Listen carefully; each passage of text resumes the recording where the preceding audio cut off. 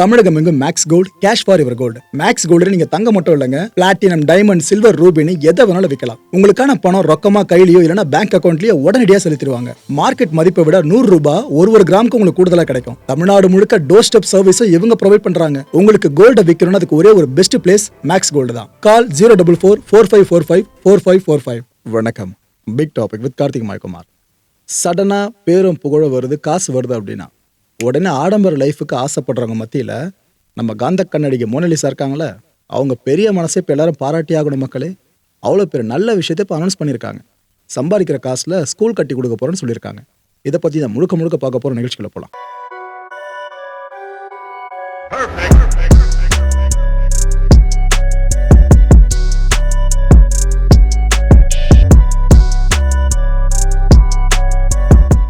Mona Lisa ஆக்சுவலாக இந்த பேர் ஒரிஜினலாக ஒருத்தவங்க இருந்தாங்களே, அவங்க சார்ந்து இந்தியாவில் ட்ரெண்டானதை விட இவங்க சார்ந்து ட்ரெண்டானது அதிகம். மத்திய பிரதேசத்தை சேர்ந்தவங்க கும்பமேளா நடந்துச்சு பாருங்க, இந்த உலகத்தோட மிகப்பெரிய ஆன்மீக திருவிழா. அங்கே நிறைய பேர் இவங்களை பார்க்குறாங்க. முதல்ல இந்த இலசுங்களாக பார்க்குறாங்க. இந்த பொண்ணு மாலை வித்துட்ருக்க பொண்ணாக இருந்தாலும், ருத்ராட்ச மாலை, இது போல் பாசிமணி, ஊசிமணி இதெல்லாம் கோர்த்த மாலை வித்துட்ருக்க பொண்ணாக இருந்தாலும் இவ்வளோ அழகாக இருக்காங்களே, கண்ணு பேசுது அப்படின்ட்டு பல பேரும் கிட்ட போய் பேச ஆரம்பித்தாங்க இந்த பொண்ணுக்கிட்ட. அதில் சில பேர் என்ன பண்ணாங்க, இன்ஃப்ளூயன்சர்ஸ்லாம் வீடியோ எடுத்து யூடியூப்லேயும் நிறைய சோஷியல் மீடியா பிளாட்ஃபார்ம்ஸ்லையும் பதிவேற்றம் பண்ண ஆரம்பிச்சிட்டாங்க. இதை பார்த்துட்டு பல கிரியேட்டர்ஸை கிளம்பி வர ஆரம்பிச்சிட்டாங்க. யாரா அந்த பொண்ணு, இந்த அளவுக்கு அவ்வளோ கூட்டத்துக்கு மத்தியில் மாலை விற்கிற பொண்ணு இவ்வளோ அழகாக இருக்கான்னு எல்லாம் கிளம்பி வந்துட்டாங்க. வந்தவங்க அவங்க வீடியோ எடுத்து போட போட போட கும்பமேளாவுக்கு வந்த பல கூட்டமும் கடவுளை தரிசிச்சுட்டு அப்படியே இவங்கள தரிசிச்சு போயிடணும்னு பல பேர் கிளம்பி வந்தாங்க. இதில் வக்கரமாக சில பேர் இருந்தானுங்க, அதெல்லாம் பற்றி போக சொல்கிறேன். ஆனால் என்ன இருந்தாலும் இந்தியா முழுக்க ட்ரெண்ட் ஆகிட்டாங்க. இந்த பொண்ணு யார் ஏன்னு எல்லாரும் தேட ஆரம்பிச்சிட்டாங்க.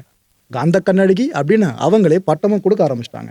ஒரு கடத்தில் என்ன ஆயிடுச்சு, இந்த பொண்ணை ஒழிச்சு வைக்கிற அளவுக்கு இந்த பொண்ணோட பேரண்ட்ஸ் போயிட்டாங்க. ஏன்னா அவ்வளோ கூட்டம் வருது. வர்றவங்கெல்லாம் இவங்க கிட்ட நின்று ஃபோட்டோ எடுத்துக்கிறாங்களே தவிர, பேசுகிறாங்களே தவிர மாலை வாங்க மாட்டுறாங்க. வியாபாரம் நடக்க மாட்டுதுன்ட்டு இவங்களோட பேரண்ட்ஸ் அந்தளவுக்கு அங்கே பேசிகிட்டு இருந்தாங்க. ஒரு கடத்தில் இவங்க தங்கியிருந்த கூடாரம் இருக்குல்ல, அதுக்குள்ளனா நுழைய ஆரம்பிச்சிட்டானுங்க. இவ்வளோ எதுக்கு, நடு ஜாமத்தில் கூட கூடாரத்தில் நுழையிறதுக்கும் பல பேரும் இனிஷியேட் பண்ணியிருக்கானுங்க. இவ்வளோ விஷயம் நடந்த பிற்பாடு இந்த பொண்ணை பெற்றவங்க, அம்மா நீங்கள் இருக்காதம்மா, நீ நம்ம ஊருக்கே போயிடுன்னு அனுப்பியே விட்டாங்க. இவ்வளோ டார்ச்சர் அனுபவிச்சவங்க தான் இந்த மோனலிசா. बाबा लोग ही ज्यादा सिंगार होता है माला रुद्राक्ष। अच्छा, ये आपने कौन सी माला दी बाबा जी को? मुंडमाला। मुंडमाला, ये क्या क्या होता है, थोड़ा माला के बारे में, उसके बारे में बता। मुंडमाला होता है, पत्थर का होता है, लेकिन साधु संत माला रुद्राक्ष भी नहीं खरीद पा रहा है।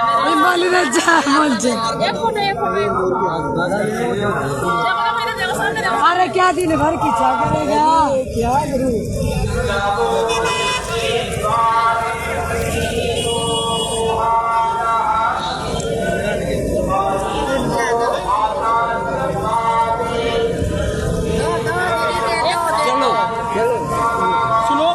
बेचने आए हो, आपको ये लोग परेशान कर रहे हैं, ऐसे आपको दिक्कत हो रही है।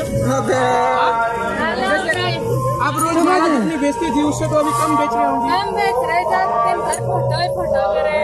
हाँ, पहले आप कितनी कमाई करते थे और आप कितनी कर पा रहे हो? 1500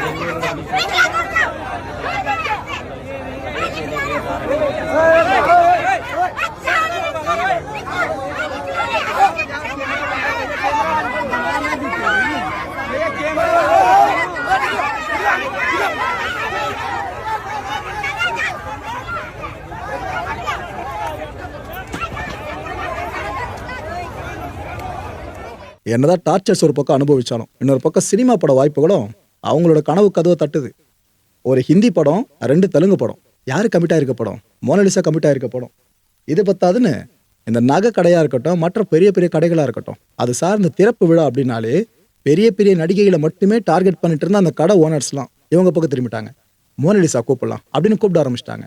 நார்த்தில் மட்டும் இல்லை, சவுத்தில் கேரளா வரைக்குமே அங்கே இருக்க சேட்டர்கள் பல பேரும் செல்ஃபோனை எடுத்து வீடியோஸை பதிவு பண்ணுறதுக்கு இவங்க காரணமாக அமைஞ்சிருந்தாங்க. அங்கே கேரளாவில் இருக்க பிரபலமான நகைக்கடை அதெல்லாம் தரகடுத்து இவங்கள தான் கூப்பிட்டுருந்தாங்க. சரி, இது மட்டும் தான் பார்த்தா திருமண நிகழ்ச்சிகள். இங்கே சீஃப் கெஸ்ட்டாக அழைக்கப்பட்டிருந்தவங்க யார் தெரியுமா? மோனலிசா. இது போல விஷயமா தொடர்ந்து நடந்துகிட்டு இருக்கு. இன்னும்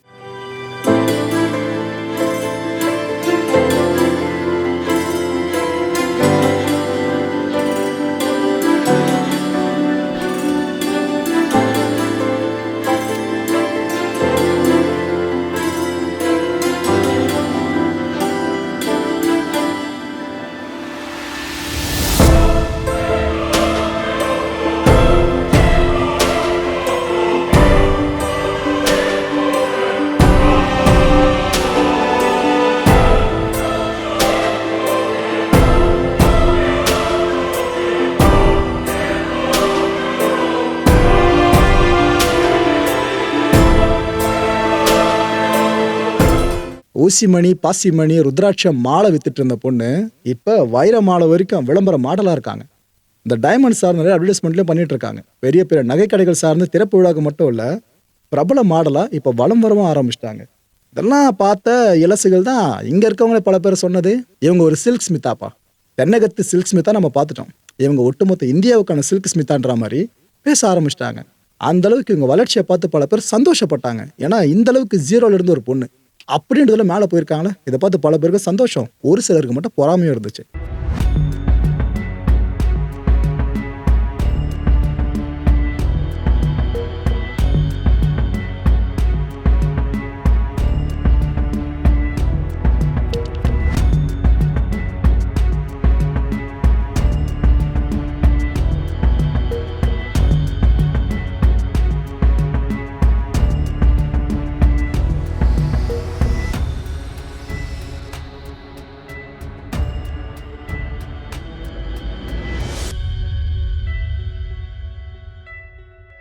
இந்த பொண்ணை பற்றி பல பேரும் ஜட்ஜ் பண்ணியிருப்பீங்க, இப்படியா அப்படியான்னு சொல்லிட்டு.